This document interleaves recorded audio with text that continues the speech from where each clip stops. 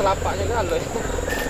Puluhan hama babi di daerah Talang Klakar, Kabupaten Banyuasin sering menyerang bibit karet warga. Akibatnya, warga terus mengalami kerugian. Sejumlah langkah antisipasi sudah dilakukan oleh warga, diantaranya dengan memburu, tapi serangan hama babi terus berlangsung khususnya di Dalwari. Serangan hama babi sering merusak tanaman bibit warga yang masih jeruk penyemaian di ladang sebelum dijual ke konsumen atau ditanam di kebun mereka. Serangan hama babi biasanya mata ke batang-batang bibit karet yang masih berukuran setengah meter. Intensitas serangan hama babi setiap tahun dirasa ke warga semakin sering.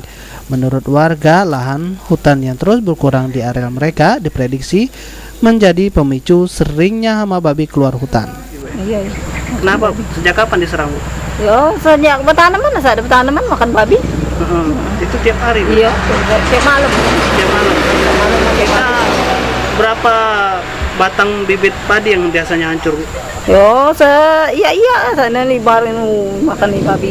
Habis, Bu, ya? Ya, Yang diserang bibit yang mana ya, sudah distek atau belum? Sudah ditanam kan baru ngasih biji nah.